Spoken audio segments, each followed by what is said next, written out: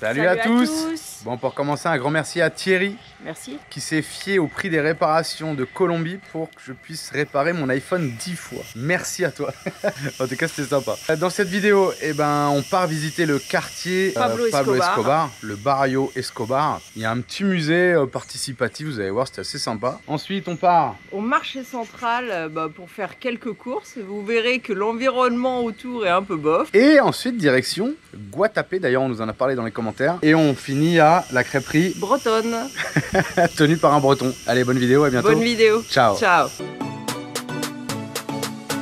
Bienvenue sur la chaîne XTG Family. Accompagnez-nous sur les routes d'Amérique du Sud, où nous voyageons depuis plus de 5 ans.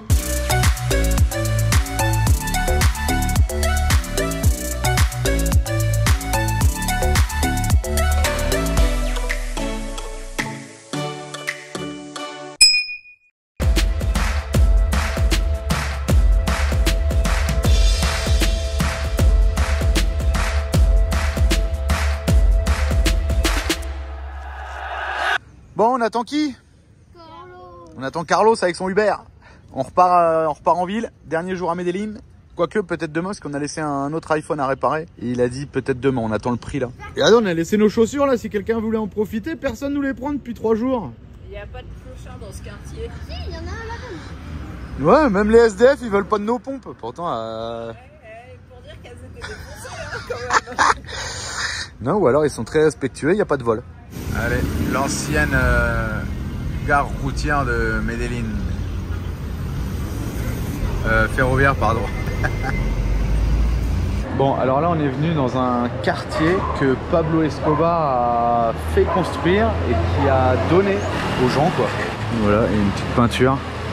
Barrio Pablo Escobar. Bienvenue. Ici, respiro. Ça respire la paix. La paix, ouais. Alors, regardez la 4L Pablo Escobar. c'est pour ces raisons-là qu'au début, Pablo Escobar, malgré son travail de trafiquant de drogue, était soutenu par la population, tout simplement parce que l'argent qu'il avait, il le donnait aux gens. Donc il le soutenait au début. Et puis après, ça a changé quand il a commencé à faire de nombreux attentats et notamment tuer le personnage politique que le peuple soutenait. Là, ça a commencé à s'inverser. Et sur la fin, en fait, le peuple était contre lui et a aidé à sa capture, en fait. Allez, on va monter là-haut pour voir et après on fera un petit tour du quartier. Il n'y a pas grand chose à voir, mais... Allez, on va grimper. Je sais pas trop ce que c'est. Si, ça doit être un bar en fait là. Il y a un coiffeur, ça s'appelle Le Patron. Et il y a la tête d'Escobar à l'entrée du coiffeur. Et il y a la 4L. Du coup, c'est quoi? Corporation Association VRD. Je sais pas trop ce que c'est du coup alors.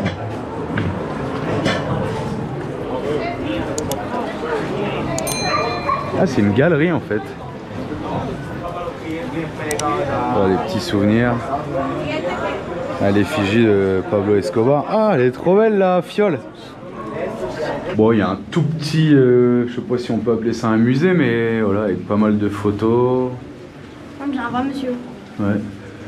Alors, pas mal d'air. S'abstenir, mais ça c'est quand même impressionnant que ceux qui l'ont abattu se sont pris en photo avec lui et c'est paru dans les journaux à l'époque. À la télé et tout quoi. C'était normal quoi. Voilà, Pablo Escobar. Parce qu'en fait, pendant peut-être la moitié de sa vie, finalement, il a fui la justice. Parce que comme il a été trop loin, à un moment donné, ils ont mis en place, les États-Unis, des extraditions pour que les trafiquants de drogue soient jugés aux États-Unis, puisqu'ils estimaient qu'il y avait trop de drogués aux États-Unis. Et Escobar, en fait, lui, il préférait mourir que de finir sa vie aux États-Unis. Et au final, il a fait pression à plusieurs reprises pour que ces extraditions ne se fassent pas. Ça a marché au début, puis finalement ça a été mis en place, et à la fin ça a été retiré. Mais c'est vraiment, l'histoire est folle. Regardez-là, ça vaut vraiment le coup de regarder quelqu'un qui raconte son histoire. Ah, on a regardé Gaspard G sur YouTube. Ouais, il est très bien Gaspard G, c'est super intéressant. Et surtout, donc il a fui la moitié de sa vie parce qu'il était recherché. Et au début, c'était juste les autorités. Et puis après, ça a commencé à être recherché par d'autres cartels. Puis la population les dénonçait. Donc tous ceux de sa bande se faisaient tuer au fur et à mesure. Et il a fini par se retrancher dans une maison avec un de ses complices et les deux ont été abattus dans cette maison. Et on a vu, la rançon c'était jusqu'à 10 millions de dollars. Ouais, énorme. Folie. Hein. Et comme disait Julien, bah, Pablo et son frère, je crois, c'était 10 millions de dollars la récompense. On parle de l'époque, hein. Enfin, c'était dans les années 90. Et 5 millions pour les lieutenants, j'imagine, et 2 millions pour les autres. Mais ça fait des sommes monstrueuses. 10 millions de dollars. Mais en fait, il était complètement traqué sur la fin. C'était de la folie. Impressionnant. Et en fait, il s'est fait avoir parce qu'il était en fuite, mais il n'était pas avec sa famille. Sa famille aussi était cachée. Et un jour, il les a appelés, il a pris moins de précautions. Et parce qu'il commençait à être fatigué de sa fuite. Et c'est comme ça, en fait, qu'il s'est fait avoir. Regardez, avant, ici, là, c'était une décharge, en fait. Regardez les gens, le bulle, les oiseaux, les camions. Et ensuite, ils ont fait le barrio Escobar, là où on est actuellement.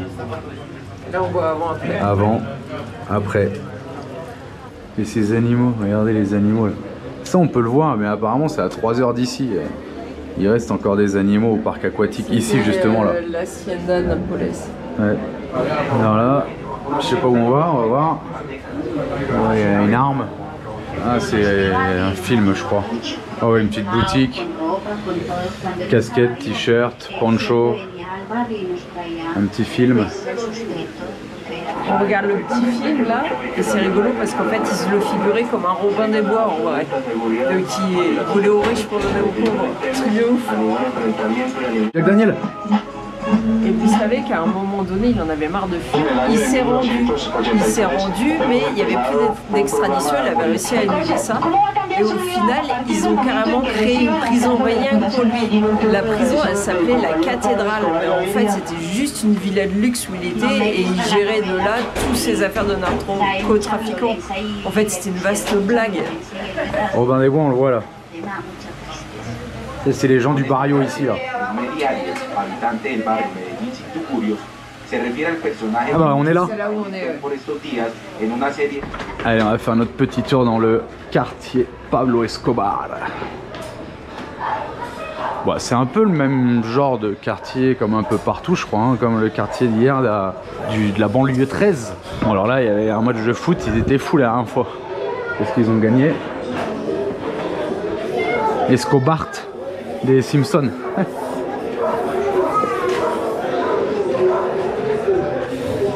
Ah la vache, ça grimpe hein, leur quartier hein. Mais celui-là, comment il fait? Ah bah j'en sais rien, il doit monter ses courses. Bon bah voilà, on est en haut. On a grimpé tout ça, sacré dénivelé hein. Et en haut, bah comme d'hab, hein, petite ville hein. Là, ça monte encore là-haut. La vache. Petit kiosco, boucherie, charcuterie, parfumerie même. Poche au broster à gauche. Petite ferreteria à droite. Alors ce qui est surprenant en Amérique du Sud, c'est qu'ils ont beaucoup de chiens, mais surtout ils ont beaucoup de chiens de marque, de race, de marque. Ouais, Renault, Mercedes. Ouais, c'est ça. Mais les chiens que vous voyez dans la rue, c'est des chiens qui sont justement des bâtards en fait. Parce que là, ils ont que des chiens de race, alors que c'est pas un barrio pauvre ni riche quoi. Ouais. Là, apparemment, il y a des belles marches, Marie a dit. Ça me semble encore plus oh la vache qu'on a fait. Non, par la route, c'est bien aussi. Ouais, c'est fou, hein. Alors, on pourrait appeler ça favela, c'est un peu comme au Brésil, je sais pas comment. Parce que là, c'est des maisons établies, le quartier a l'air prospère. Hein. Ouais, c'est sûr. Mais c'est fou, quoi. On nous a dit que le quartier n'était pas dangereux. Fut un temps un peu, mais là, il est bien. De toute façon, Marie, on a fait le quartier le plus dangereux du monde hier. Alors, on peut faire celui-là. Hein. On quitte le barrio Escobar, le quartier Escobar, en direction du quartier... Comment ça s'appelle la place? Avec des sculptures, trucs énormes, difformes, je crois. C'est assez connu. Barato, Berato, Breto. Vous saurez ça quand on y sera. On redescend gentiment. Ah, regardez, le patron, et c'est Escobar, son coiffure. Boléro peut-être, ouais, c'est peut-être ça. Ouais, je sais pas trop. On redescend un petit peu tranquille et puis on va prendre un Uber. Bon, on fait quoi Manon? Manon, elle se sent malade, alors on retourne au camion et bah au pire, elle restera cet après-midi au camion. Du pocho broster. Ce qu'on a mangé au resto hier. C'est pour ça que j'ai la diarrhée. Elle est diarrhée? Oui. Je sais pas ce qui s'est passé là, mais le camion il a tout perdu son chargement.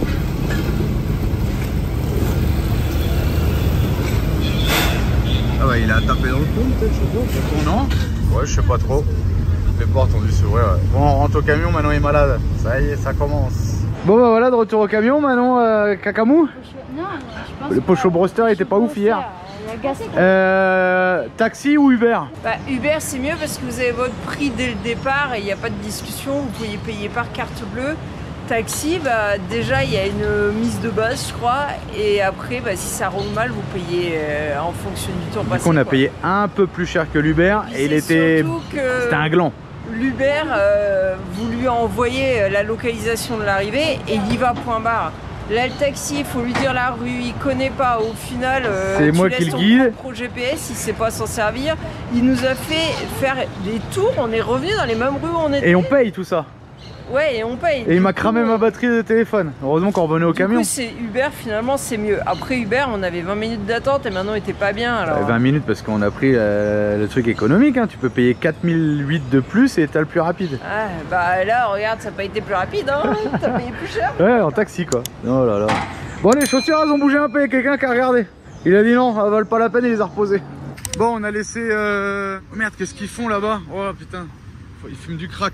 Là, on est à la recyclage là. Et on a laissé qui au camion? Les deux filles. Manon, elle est malade. Ah. Elle voulait pas marcher. Voilà. On va au Mercado Central. Putain, là-bas, ils sont chauds. Et oui, Manon est pas bien. Alicia a voulu rester. Du coup, Alex est parti avec nous. Et on va aller faire quelques courses au marché. Je pense qu'il y a âme sensible s'abstenir, donc faites attention. Là, Marie va se faire doubler par un transport de carton là. Et celui qui est derrière moi, il me double. Ça y est, il me double. Putain, ça blague pas, hein. C'est les recycleurs. Bon alors, ce qui est pas mal à Medellin, c'est que si t'as envie de chier, t'as les chiottes direct, mais il n'y a pas de porte quoi. Un peu relou. Donc là, c'était pour femmes, il y avait le truc pour s'asseoir. Et celui-là, c'est pour hommes. On n'est pas dans le meilleur quartier, hein. C'est un truc de fou, énormément d'SDF, hein. Vraiment chelou un peu ce quartier là. Mais bon, les gens les appellent les recycleurs. Ils disent pas les SDF, tout ça. Ils disent que c'est des recycleurs quoi. Bah en vrai ils recyclent hein, dans tous les cas. Hein. Ouais bah là il y en a un là. Ils démontent, ils récupèrent les ferrailles, le cuivre, le carton, le plastique. Comme ça au bord de la route là. Les moteurs. Par contre c'est un peu des zombies quoi. Parce que tu peux faire ça. Tu vois, récupérer la ferraille des sommiers et tout. Pour t'acheter à bouffer quoi. Ce que tu as besoin. Mais là c'est pas pour acheter à bouffer là. C'est pour s'en foutre plein les veines quoi. Donc ça c'est un peu con quoi. Mais bon. C'est la vie d'aujourd'hui ça. Bon, je peux pas tout filmer parce que ça doit être là-dedans, là-bas. Parce que c'est un peu bizarre quoi, d'être le téléphone à la main devant les mecs et tout, mais ils sont complètement décanillés. C'est hallucinant, il y a énormément de drogue. Il y a du beau fruit, du beau légume. Oh, la police type cow-boy. Et ça doit être là-dedans, je pense. On va voir, voilà. Ouais, ça doit être ça, ouais. Le parking à moto, il est en haut, c'est bizarre. Hop là. Il est à l'étage. Putain, c'est le bordel, ils avancent pas. Le parking à moto, il est là-haut. Suspendu. Allez, Mercado Central, c'est là. Là, on a les couturiers. La clope au bec, normal. Là, on a ceux qui réparent les chaussures. Voilà, on est plus dans le coin chaussures, là. Bon, comme d'hab, hein, des copies. Hein. Mais il y a des bonnes copies quand même. Hein. Le garage à moto, suspendu, ça c'est marrant. Bon bah on vient de rentrer en plein milieu du Mercado Central et bah, j'ai envie de dire tout est fermé quasiment. Alors ça se trouve c'est que le matin. Faut qu'on demande à quelqu'un. Un peu plus loin là on va voir. Et les petites remorques là. Et tout est fermé. Bon, un peu plus loin ça va être ouvert. Voilà c'est la course pour essayer d'arriver à monter la rampe. Parce qu'il y a eu un essai infructueux. Allez c'est la course, c'est la course. lui, ça va. Impeccable. Bon, c'est pas ouf parce que tout n'est pas ouvert. On a acheté quelques fruits et légumes là. Et on va aller au rayon viande. Donc si on le trouve, âme sensible, s'abstenir. Vous connaissez la musique maintenant. Hein. Ceux qui ont peur de voir du sang et de la viande rouge, éteignez la télé. Hein. Pas que pour ne pas regarder les XTG, éteignez la télé en général. Hein, parce que, bon, en tout cas pour l'instant on n'a pas trouvé la viande. Hein. Ça y est, on a trouvé la viande, le poisson, c'est au sous-sol, au frais. Bon, je vois quand même des fruits et légumes, donc il y a quand même des fruits et des légumes. On va voir. Ouh là là, c'est grand. Ouh, bah il y a ce qu'il faut là. Voilà, on est dans le poisson là. Il y a des beaux poissons. Hein. Bon, ça sent un peu le produit ménager, mais bon, ça c'est congelé. Par contre, ils sont relous à faire du congelé. Et le parking. Et le parking de Rungis. Bon, on a acheté plein de fruits. Qu'est-ce qu'il faisait le monsieur Alex? On a tout goûté. Ouais, il est malin, hein. À chaque fois qu'on goûtait un truc, on achetait 1 kilo. Mais du coup, c'était très bon. Des espèces de trucs qui ressemblent à des maracuyas, mais beaucoup plus petits et plus sucrés, moins acides. C'était très bon. Je me rappelle plus du nom. Fruits et légumes. Là, il y a beaucoup plus de monde. On est au sous-sol et du coup, c'est beaucoup plus sympa. Ouais. Bon, du coup, ça lave à fond, là, à grande eau, là. Je disais que les boucheries étaient en train de fermer, merde. Donc, effectivement, ça doit être que le matin. Ou en tout cas, jusqu'à tout début d'après-midi, parce que là, on est en fin d'après-midi, là. Bon, bah voilà, il y a encore plein de choses, en fait. Bon, on pourra aller des boucheries en Europe. Elle est propre, celle-là, hein. Bon, la lumière fait aussi que, voilà, parce que la viande elle est plus blanche que rouge, alors que c'est du bœuf. À moins que ce soit du cochon. Ah bah c'est normal alors. Ah oui, il y a les pattes de cochon là. Ouais, ça a l'air d'être propre là. Celle-là a l'air d'être propre en tous les cas. Ouais, la viande est bien rouge là. Regardez son couteau comme elle coupe bien les dents. Là il va pas jusqu'au bout. Là il va jusqu'au bout et du coup il fait des belles tranches. Allez, on a acheté là, super gentil. On verra si la viande est bonne. En tout cas, il était super sympa le boucher. Là, on allait vraiment prendre la viande. Ça y est, on l'a vraiment trouvé finalement. Il y en a encore. Tout n'est pas ouvert, mais il y a encore quelques stands. C'est moins dégueulasse. Ou alors, on peut dire c'est plus propre que certains marchés en Bolivie. Un charcutier. Il y a de la pancetta, regarde. C'est le bout qui nous a montré la dernière fois là. Avec le sachet dedans. Les oreilles de cochon, regardez. Ah, il y a le nez, les pattes.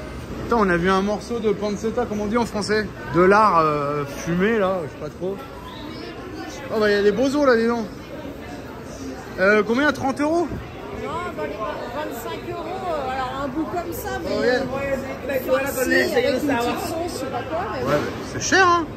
Ouais. Bah, surtout, tu la faisais avant, la pancetta à Morteros? Ah oui, la copa, c'est vrai. La copa de Corsica. Si on pouvait manger de la copa et... Comment ça s'appelle l'autre? Merde. Non, bon. Bref, de Corse, là. On avait une superbe adresse en Corse. On s'arrêtait là-bas à chaque fois acheter le saucisson et la copa et l'autre, je me rappelle plus le nom, là. C'était trop bon. D'ailleurs, je crois qu'on a encore la carte de visite. Vous pouvez même expédier sur le continent et tout. C'était trop bon, trop bon. Si je retrouve la carte, je vous dirai le nom pour ceux qui vont en Corse. C'est vraiment un endroit où il faut s'arrêter. Allez, pâtes de cochon. Fruits et légumes. Bon, bah, je crois qu'on est bon. Hein. Et regardez ici, ils doivent manger beaucoup de capres en Colombie parce qu'ils ont des gros pots de capres et on en trouve. C'est difficile en Amérique du Sud et sauf, voilà, en Colombie, on trouve du capre et du pollen d'abeille, regardez. Des grosses quantités de pollen. Délire. Allez, on rentre au camion. Putain, je regardais, c'est un truc de fou. Eux là, ils sont tous avec la pipe à crack. Là, bah là, il y en a un là. Hop, vous avez vu? Vous ferez marche arrière, hein. Je peux pas tout filmer. Hein. Là, il y a le ferrailleur. Joseph le ferrailleur. Ah, putain, c'est lourd les sacs. Oh, je crois qu'on a décidé de rentrer à pied, non? Ouais. Bon, bah, allez, on rentre à pied. En fait, le problème, c'est qu'ici, comme tout coûte 2000, 4000, 10 000 à 100 000, tu te dis, oh putain, je dépense une blinde, ouais, 100 000, c'est même pas 25 €, ouais. Ah, pas quand même. Mais t'as l'impression de tout de suite... Parce qu'on était en Équateur et tout était au dollar, donc c'est des petits chiffres qui valent cher. Et ici, c'est des gros chiffres qui valent pas cher. C'est ça, mais du coup, donc, le contraste est énorme. Et... tu as donné 15 000 pour ton taxi, tu fais ouh. C'est grave. Ouais, c'est même 3 € quoi. La dame, elle a balayé pour pouvoir faire caca. dans le petit toilette. T'as vu, il y a des camions qui passent et qui ramassent au fur et à mesure. Qui ramassent, j'ai vu, ils ramassaient les tissus, les matelas. Là, ils arrêtent le camion. Ah, eux, ils récupèrent, regarde. Là, il y a le camion de poubelle avec les matelas, complet, avec la ferraille et tout. Ils s'arrêtent. Et là, les mecs, ils ont fait signe, alors je sais pas, pour racheter ou gratos, je sais pas trop. Ils dépouillent les matelas et ils vendent la ferraille à part. Le chauffeur de taxi était super fier de nous dire qu'il y avait vraiment du tri ouais. en Colombie. Et du coup, je dis, c'est pas fait par les grosses boîtes et tout. Et du coup, il me dit, non, c'est fait par des petits indépendants. Bah, ces gens-là, quoi. Ils revendent aux grosses boîtes qui font le recyclage en lui-même. Donc, en vrai, ça fait du boulot pour... Le tri, c'est les petites gens. Voilà. Mais comme je disais à chaque fois, quand tu vois les mecs qui sont en train de désosser un matelas pour s'acheter du crack, faut mettre s'acheter à bouffer si vraiment ils sont dans le besoin. Ouais, mais comme ils sont à côté du marché central qui jettent tous les fruits un peu pourris, au moins ils ont des fruits à manger. Ouais, c'est vrai. On a vu ça, ouais. Allez, traverse l'autoroute, traverse la rivière. Et on retourne au camion. Non, demain. Téléphone, le gars nous a dit il sait pas le prix, il va voir si ça vaut le coup. Je lui ai dit si c'est trop cher, ça a rien. C'est un vieil iPhone, mais si c'est pas cher, on le fait, on verra demain. Et le camion est par là-bas, je sais pas où, loin. Regardez fusil à pompe là. Il y a des sécurités partout, police partout, armée, armes lourdes même, souvent. Allez, continue, on est bientôt arrivé au camion. On était loin quand même. On est arrivé au bivouac. Et sur le bus qui est là, on n'a pas vu les gens par contre. Les amis équatoriens qui avaient plus d'électricité hier, ils m'ont demandé s'ils pouvaient se brancher. Donc bah oui, je dis branche-toi, il n'y a pas de souci. Et parce qu'ici on charge pas en fait. Et regardez le trou de jour qu'il y a là, on a le soleil 2 heures dans la journée quoi. Et puis le camion qui est là. En fait, si vous voulez venir à Medellín, vous vous garez là. Les gens sont super gentils et tout, c'est cool quoi. Allez, on quitte le stationnement de Medellín et on va récupérer l'iPhone 6S parce qu'il n'a pas été fait. Donc voilà, ça c'est l'Amérique du Sud. Donc allez, on quitte et on va direction El Peñón. Alors, on a mis le GPS pour aller à notre prochaine destination, à Guatapé.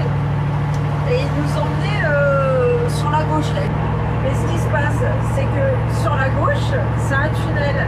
Et le tunnel, il a l'air grand et tout, sauf que il y avait un point Everlander qui disait qu'on ne pouvait pas le prendre parce qu'il ne fallait pas dépasser 3 tonnes 4. Sauf qu'on a regardé sur la route tout du long, il n'y avait pas une indication. Et une fois que vous avez tourné, là il y a l'indication de poids là. Comme on avait vu ça sur Everlander, on a regardé au loin et on a vu le panneau effectivement interdit au plus de 3 tonnes 4. Ouais, on a demandé à la police. Et sauf que juste avant, on avait demandé à la police qui nous a dit oui, il faut prendre le tunnel pour aller à Guatapé.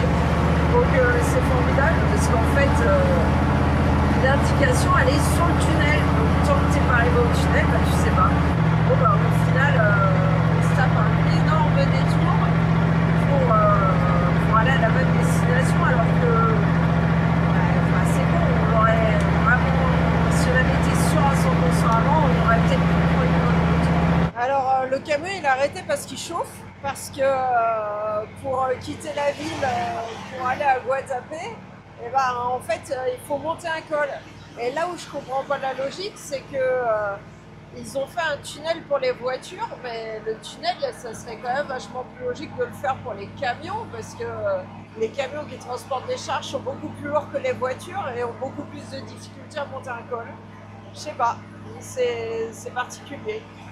Ouais, ça grimpe fort, je sais pas à quelle altitude on était, mais là on monte à 2600 mètres. Bon, une fois qu'on a passé le col, on passe des petits villages, beaucoup d'artisanat en bois, tout ça par ici. Et alors surtout une fois que tu as passé le col, ben, c'est que de la descente jusqu'à rejoindre 1000 mètres pour la descente de 1600 mètres.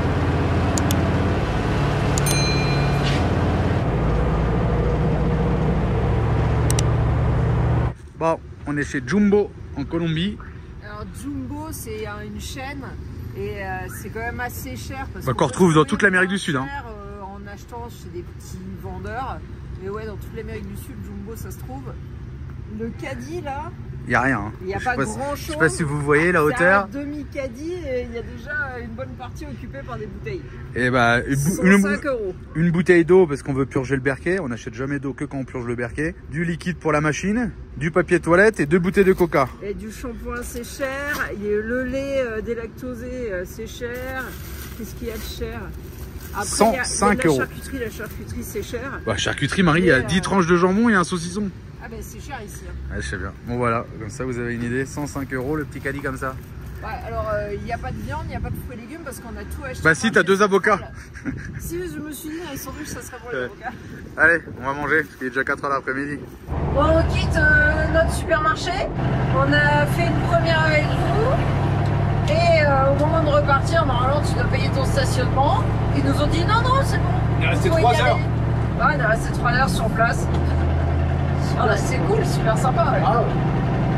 Donc là, on part en direction de Guatapé, mais on va s'arrêter avant à la pierre de El Peñol. Vous verrez, c'est une espèce d'énorme caillou qui sort du sol. Et demain, on monte tout en haut du caillou. 708 marches, je crois. Je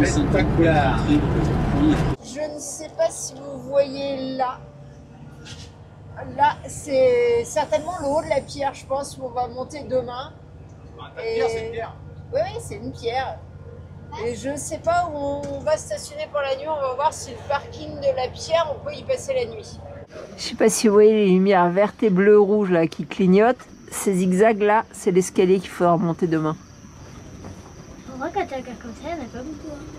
Il n'y a pas beaucoup de zigzags quand même. Bon, je vous ai pas filmé au stationnement, je sais pas si on a filmé tout à l'heure. On a retrouvé les amis belges, dis donc. Certains qu'on a vus au Galapagos et d'autres qu'on n'avait pas revu depuis Ushuaïa, je crois. Allez, on va faire un petit tour en ville. Apparemment, il y a une crêperie bretonne. On va aller voir. Bon, bah, il y a encore de l'ambiance là, la place là-bas là. Il doit y avoir du foot ou quelque chose. Ça braille, ça braille, ça braille. Comme d'habitude en Amérique du Sud. Ouais, on cherche la crêperie bretonne. Bon, bah voilà, on a trouvé. On va voir s'il y a de la place. En bas, je crois qu'il y a des Français en bas. Et du coup, il est tout seul. C'est lui là. Marche aux crêpes. Aïcha, t'as pris quoi? Bah, des croustilles. Campestre. Non, je rigole. Champignons, je sais pas quoi. Poulet. Marie, t'as pris quoi? Ah non, c'est à qui ça? C'est Alex. T'as pris quoi toi? Ouais. Il sait même pas ce qu'il a pris, Alex. Il a pris une crêpe lui. Une complète, il a pris. Ah, complète. L'œuf au fromage et au jambon. Ok, bon appétit. Bon appétit, bien sûr.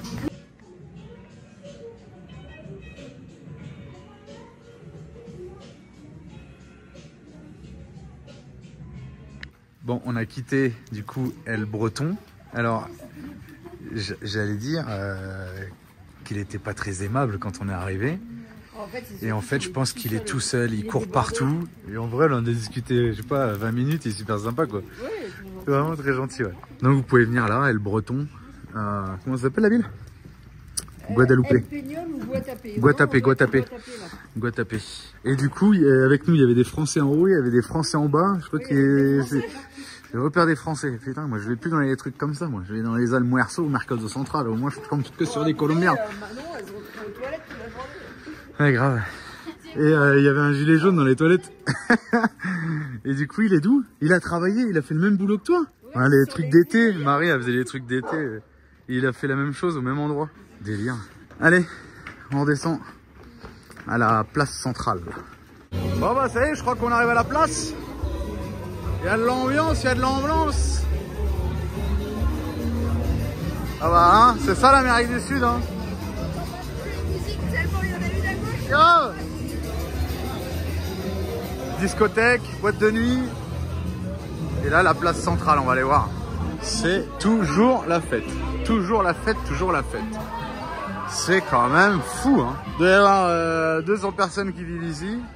Les illuminations c'est impressionnant. Et attention à scooter.